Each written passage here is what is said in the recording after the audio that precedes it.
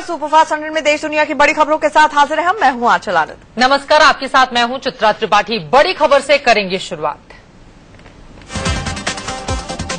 Rail किराए में बढ़ोतरी के बाद मोदी सरकार कल अपना पहला रेल बजट पेश करने जा रही है। उम्मीद की जा रही है कि रेलवे की सुरक्षा, सफाई और सुविधाओं के लिहाज से इसमें कुछ अहम घोषणाएं हो सकती हैं। रेल मंत्री ने आज बजट को अंतिम रूप दे दिया। मोदी सरकार कल अपने पहले रेल बजट में बुलेट ट्रेन चलाने का ऐलान कर सकती है। पहली बुलेट ट्रेन मुंबई और अहमदाबाद के बीच चल सकती है। इस रूट पर भारत और जापान के एक्सपर्ट साझा स्टडी कर रहे हैं, जो अगले 10 महीने में पूरी होगी। रेल बजट में देश की पहली सेमी हाई स्पीड ट्रेन का ऐलान किया जा सकता है। ये ट्रेन दिल्ली के आगरा की 200 किलोमीटर की दूरी को 90 मिनट में तय करेगी। इस ट्रेन को सफल ट्रायल पहले ही पूरा किया जा चुका है। नवंबर से देश में पहली सेमी बुलेट ट्रेन दौड़ेगी।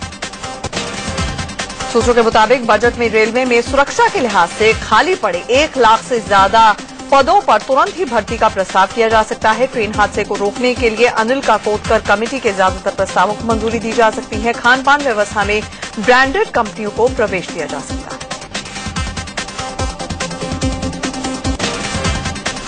बजट में सभी महत्वपूर्ण स्टेशनों पर एस्केलेटर की सुविधा का ऐलान किया जा सकता है। रेल कर्मचारियों और अफसर को मिलने वाली रियायत में कटौती हो सकती है। इसके अलावा 4 जुलाई को उधमपुर कटरा रूट शुरू होने के बाद वैष्णो देवी जाने वालों के लिए नई ट्रेनों का ऐलान किया जा सकता है। माना जा रहा है कि बड़े किराए के बाद भी रेलवे को अपनी आमदनी के बाकी जरिए खोजने होंगे। खबर यह है कि सरकार रेलवे के आधारभूत ढांचे, जिसमें high speed track, dedicated freight corridor और स्टेशनों का विकास शामिल है, उनमें से 100% एफडीआई का स्वागत करने को तैयार है।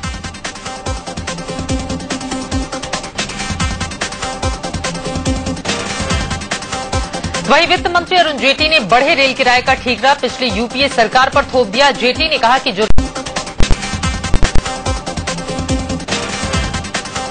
वहीं वित्त मंत्री अरुण जेटली ने बढ़े रेल किराए का ठीकरा पिछली यूपीए सरकार पर थोप दिया। जेटली ने कहा कि जो रेल किराया अभी बढ़ा है वो यूपीए के खाते का है। जेटली ने ये भी कहा कि भाड़ा बढ़ा है ये आपके खाते का है, हमारे खाते में बढ़ता है कि नहीं बढ़ता वो आपको कल पता चलेगा। विरासत थी आपकी जो आप छोड़कर गए। जेटली ने यह भी कहा कि कांग्रेस वक्त पर कड़े फैसले लेने से बचती रही, जिससे रेलवे का ये बुरा हाल हो गया है। उन्होंने कहा कि किराया नहीं बढ़ाया जाता है तो रेल का चक्का जाम हो सकता है। जिस स्थिति में रेल को छोड़कर गए हैं मेरे यूपीए के साथी, एक बार समझ, यात्रियों की ऊपर भाड़ा लगता था, उसके आधार पर रेल का घाटा 30,000 करोड़ रुपए बढ़ता, और अगर घाटा बढ़ता गया तो रेल का चक्का जाम भी हो सकता। सरकार ने महंगाई का ठीकरा भी पिछली सरकार पर फोड़ा। वित्त मंत्री अरुण जेटली ने दावा किया कि जैसे ही आलू प्याज की कीमतें बढ़ने लगी, हमने इस पर तुरंत लगाम लगाया। जैसे ही इस बार कीमत 25 रुपए को छूने लगी तो इस सरकार ने केवल दिल्ली में नहीं पूरे देश में कदम उठाने आरंभ कर दिए। जेटली ने राज्यसभा में भरोसा दिलाया कि सरकार महंगाई कम करने के लिए प्रतिबद्ध है। उन्होंने कहा कि आलू प्याज से लेकर खाद्यान्नों के स्टॉक की कमी नहीं है और इनके दाम बढ़ने नहीं दिए जाएंगे। और सरकार इस बात के लिए वचनबद्ध है कि इसको नियंत्रित निश्चित रूप से रखेगी, क्योंकि इस विषय को हम लोग गंभीर मानते हैं, संवेदनशील मानते हैं, और इसलिए इन वस्तुओं की कीमतें न बढ़े, क्योंकि इसकी उपलब्धि बहुत है। जेटली के जवाब पर पलटवार करते हुए विपक्ष के नेता गुलाम नबी आजाद ने कहा कि जब कांग्रेस महंगाई के लिए यही दलील देती थी तो बीजेपी निशाना साधती थी। अगर बीजेपी को यही जवाब देना था तो सरकार बदलने की जरूरत क्या थी? यही अगर सरकार ने जवाब देना था तो सरकार बदलने की जरूरत ही क्यों? अभी तो सरकार चल रही। महंगाई पर वित्त मंत्री अरुण जेटली के जवाब से असंतुष्ट होकर कांग्रेस ने राज्यसभा से वॉकआउट किया। वॉकआउट करने से पहले नेता विपक्ष गुलाम नबी आजाद ने कहा कि जब से बीजेपी सत्ता में आई है तब से देश के बुरे दिन शुरू हो गए। भारतीय जनता पार्टी के लिए अच्छे दिन आ गए, लेकिन इस देश की गरीब जनता के लिए उसी दिन से बुरे दिन आ गए जिस दिन से भारतीय जनता पार्टी आ गई। वहीं बजट सत्र के पहले ही दिन महंगाई को लेकर लोकसभा में जमकर बवाल हुआ। महंगाई पर चर्चा को लेकर विपक्ष ने जोरदार हंगामा किया और संसद की कार्यवाही चलने नहीं दी, जिसके बाद स्पीकर ने कल तक के लिए लोकसभा को स्थगित कर दिया। लोकसभा में महंगाई के हंगामे के बीच लोग उस वक्त हैरान रह गए जब कांग्रेस उपाध्यक्ष राहुल गांधी भी विरोध कर रहे अपने पार्टी के नेताओं के साथ खड़े नजर आए। राहुल अपनी सीट से उठकर आगे आए और पार्टी अध्यक्ष सोनिया गांधी के साथ पहले बेंच के पास खड़े हुए। लोकसभा में कांग्रेस के साथ ही साथ TMC, NCP, Samajwadi party, RJD, left के सांसदों ने भी महंगाई को लेकर हंगामा किया। कांग्रेस उपाध्यक्ष राहुल गांधी भी सीट से खड़े होकर विरोध करते दिखाई दिए। लोकसभा में काम रोको प्रस्ताव के खारिज होने पर कांग्रेस ने खूब हंगामा भी किया। सदन में कांग्रेस नेता मल्लिकार्जुन खड़गे ने काम रोको प्रस्ताव लाया था, जिसे स्पीकर ने खारिज कर दिया, जिसके बाद हंगामा बढ़ा। सरकारी सूत्रों के हवाले से खबर यह है कि कांग्रेस ने अभी तक नेता प्रतिपक्ष पद के लिए स्पीकर से लिखित मांग नहीं की है। सूत्र जानकारी दे रहे हैं कि स्पीकर के साथ बैठक के दौरान भी कांग्रेसी नेताओं ने प्रतिपक्ष के नेता की डिमांड नहीं की है। सरकारी सूत्रों से खबर यह आ रही है कि कांग्रेस नेता प्रतिपक्ष के लिए औपचारिक तौर पर मांग करने की जगह सियासत कर रही है। बताया जा रहा है कि कांग्रेस औपचारिक तौर पर गुजारिश करेगी, तभी स्पीकर इस पर कुछ फैसला लेंगे। इस बीच खबर है कि कांग्रेस औपचारिक तौर पर लोकसभा स्पीकर सुमित्रा महाजन को एक ज्ञापन देगी और नेता प्रतिपक्ष के पद की मांग करेगी। इस ज्ञापन में कांग्रेस के सभी सांसदों के दस्तखत होंगे। उधर सोनिया गांधी ने कांग्रेस को नेता प्रतिपक्ष पद का हकदार बताया है। कांग्रेस अध्यक्ष सोनिया गांधी ने कहा है कि कांग्रेस सबसे बड़ी विपक्षी पार्टी है और नेता प्रतिपक्ष का पद उन्हें ही मिलना चाहिए। नेता प्रतिपक्ष पद पर मचे घमासान के बीच कांग्रेस ने स्पीकर सुमित्रा महाजन पर निशाना साधा। कांग्रेस नेता आनंद शर्मा ने स्पीकर पर बीजेपी के इशारे पर काम करने का आरोप लगाया। उन्होंने कहा कि हमें नेता प्रतिपक्ष का पद नहीं देना असंवैधानिक है। महंगाई के खिलाफ संसद मार्च करने जा रहे दिल्ली प्रदेश कांग्रेस के नेताओं, कार्यकर्ताओं और पुलिस के बीच में आज झड़प हो गई। जंतर मंतर से ये कांग्रेसी सांसद की सिर्फ तरफ बढ़ रहे थे तो बैरिकेडिंग लगाकर इन्हें रोक दिया गया। इस दौरान जमकर हंगामा हुआ। कई कांग्रेसी कार्यकर्ता पुलिस से ही भिड़ गए और बैरिकेडिंग पर खड़े होकर नारेबाजी शुरू कर दी। एक और प्रदर्शनकारी थे तो दूसरी तरफ पुलिस वाले। जब कांग्रेसी हटने को तैयार नहीं हुए तो पुलिस ने लाठी के जोर पर उन्हें खदेड़ना शुरू कर दिया। कांग्रेस के इस प्रदर्शन के दौरान मोदी सरकार के खिलाफ जमकर नारेबाजी हुई। विरोध जताने के लिए कई कांग्रेसी कार्यकर्ता प्याज की मालाएं पहनकर पहुंचे थे। कांग्रेस के इस प्रदर्शन में मोदी सरकार के खिलाफ तरह तरह के पोस्टर लहराए गए। रेल किराए में बढ़ोतरी और पेट्रोल के बढ़े दाम को लेकर इन पोस्टरों में प्रधानमंत्री नरेंद्र मोदी के खिलाफ निशाना साधा गया। दिल्ली से सटे फरीदाबाद में भी कांग्रेस ने महंगाई को लेकर मोदी सरकार के खिलाफ मोर्चा खोला। रोहतक से कांग्रेस सांसद दीपेंद्र सिंह हुड्डा के नेतृत्व में कांग्रेस नेताओं, कार्यकर्ताओं ने प्रदर्शन किया। फरीदाबाद में कांग्रेस ने प्रदर्शन के दौरान मोदी सरकार के खिलाफ जमकर नारेबाजी की। कांग्रेस ने रेल के बढ़े किराए और पेट्रोल के दाम में हुई बढ़ोतरी को वापस लेने की भी मांग की। गुजरात के जामनगर में बढ़ती महंगाई को लेकर कांग्रेस कार्यकर्ताओं ने मोदी सरकार के खिलाफ अनोखा प्रदर्शन किया। मोदी का मुखौटा पहनकर एक आदमी को गधे पर बैठाकर जुलूस निकाला गया। मोदी का मुखौटा पहने आदमी के गले में गैस के सिलेंडर का पोस्टर और सब्जियों की माला लटकाई गई। महंगाई के विरोध में मोदी बने आदमी पर लोगों ने जूते और चप्पल भी पहनाए। कई प्रदर्शनकारियों ने भी अपने अपने गले में सब्जियों की माला डाली हुई थी। साथ ही कई लोगों ने सड़क पर बैलगाड़ी चलाकर पेट्रोल की बढ़ती कीमतों के विरोध में प्रदर्शन किया।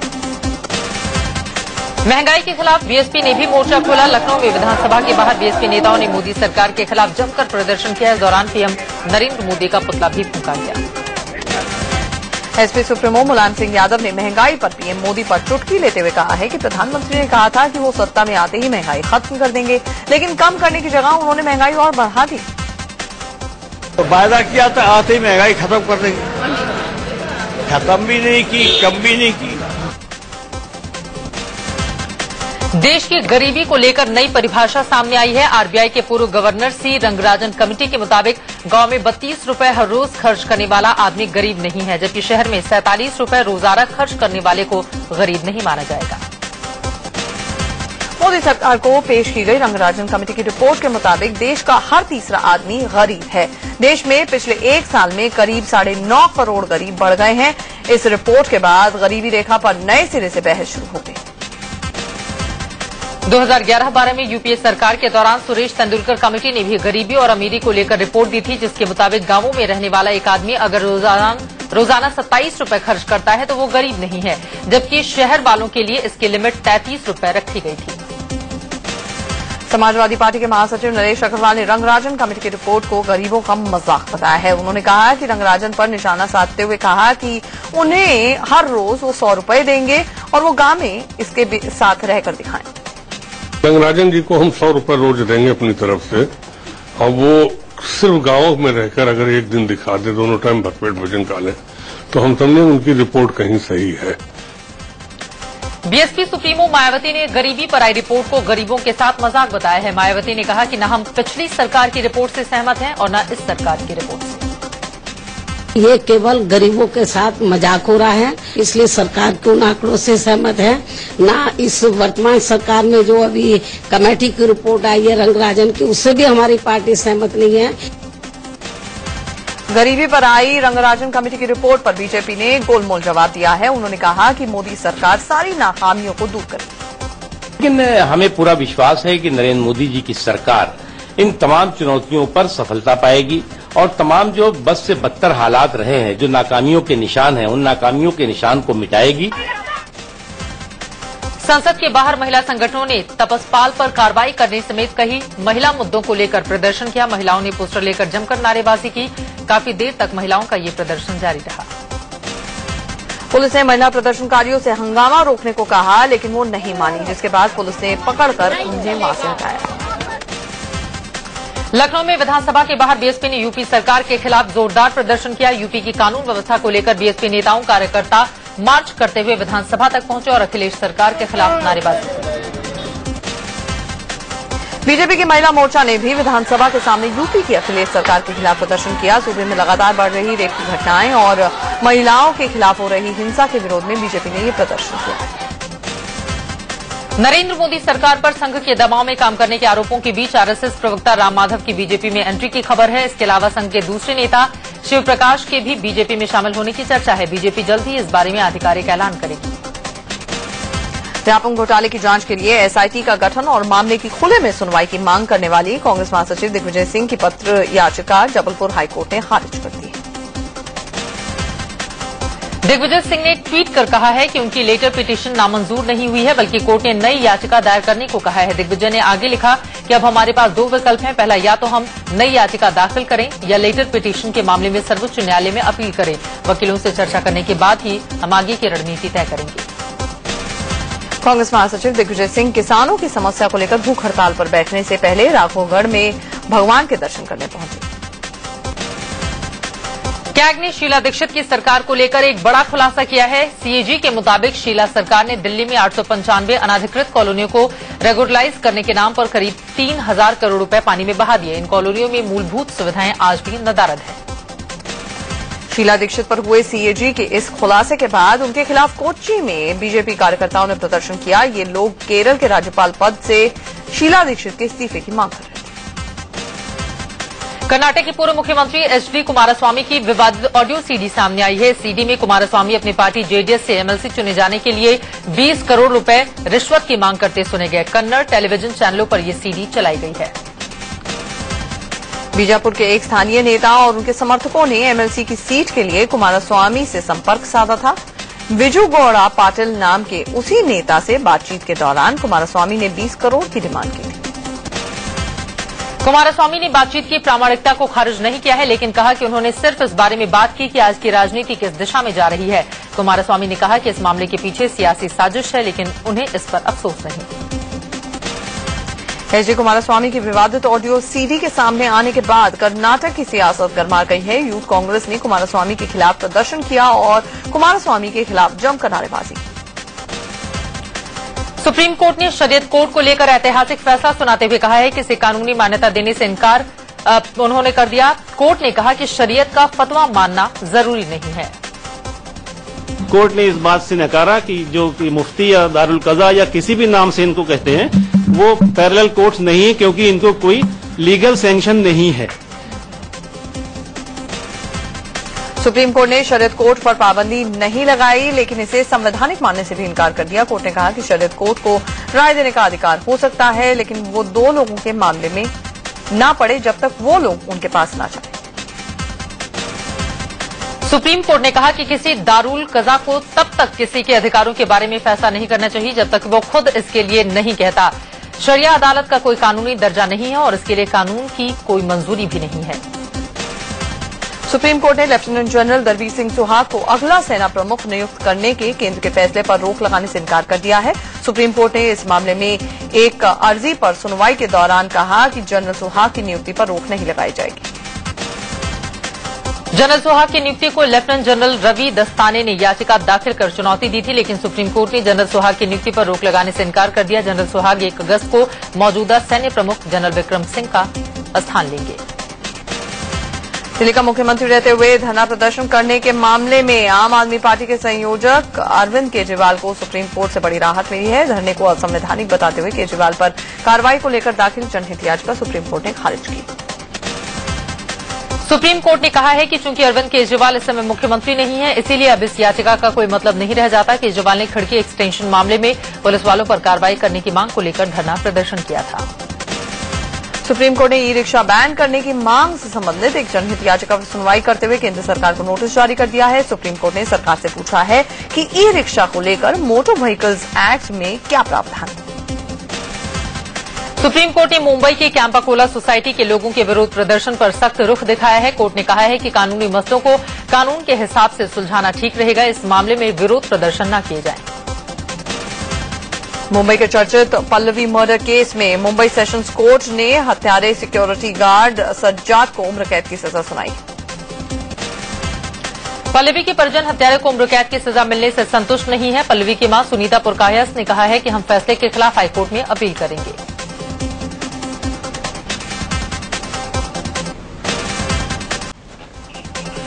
राजस्थान के राज्यपाल मार्गरेट एल्वा ने गुजरात के राज्यपाल का कार्यभार संभाल लिया है। उन्हें गुजरात का अतिरिक्त प्रभार मिला है। इससे पहले गुजरात के राज्यपाल रही कमरा बेनीवाल को मिजोरम राज्यपाल बनाकर भेजा गया। प्रधानमंत्री नरेंद्र मोदी के पत्नी जसोदाबेन ने गुजरात के मशहूर अंबाजी मंदिर में पूजा अर्चना की। सूरत सेशन कोर्ट में रेप केस के आरोपी नारायण साईं को पेशी के लिए लाया गया। उसकी जमानत याचिका पर सुनवाई 2 दिन के लिए टल गई। यूपी के देवरिया में शंकराचार्य समर्थकों और अखिल भारतीय हिंदू महासभा के कार्यकर्ताओं को पुलिस ने दौड़ा दौड़ा कर पीटा। पहले से इस ऐलान की वजह से मंदिर में भारी पुलिस बल पहले से ही तैनात था। महाराष्ट्र सरकार की कई मांगी मानने के बाद हड़ताली डॉक्टरों ने अपनी हड़ताल वापस ले ली है। महाराष्ट्र के करीब 12,000 सरकारी डॉक्टर 1 जुलाई से हड़ताल पर थे। महाराष्ट्र के मुख्यमंत्री पृथ्वीराज चव्हाण ने मुंबई के आजाद मैदान में अपने हाथों से हड़ताली डॉक्टरों को जूस पिलाकर उनका अनशन खत्म किया। मुंबई मेट्रो में अधिकतम किराया 40 रुपए से घटाकर 20 रुपए कर दिया गया है। मुंबई में भारी बारिश एक बार फिर से लोगों के लिए मुसीबत बनकर आई। लोगों के घर में पानी भर गया। उत्तरकाशी में गंगोत्री मार्ग पर एक कार भागीरथी नदी में गिर गई, जिससे 2 लोग पानी में बह गए। कार में 6 लोग सवार थे, जिसमें 4 एक ही परिवार के थे। राजस्थान के जैसलमेर में बोलेरो गाड़ी बेकाबू होकर पेड़ से टकरा गई। 6 लोगों की मौत हो गई। दिल्ली के सराय काले खां इलाके में हुए हादसे में 2 युवकों की मौत हो गई। दिल्ली के शास्त्री पार्क इलाके में एक निजी स्कूल की स्कूल बस पलट गई। हादसे में 12 बच्चे जख्मी हुए हैं।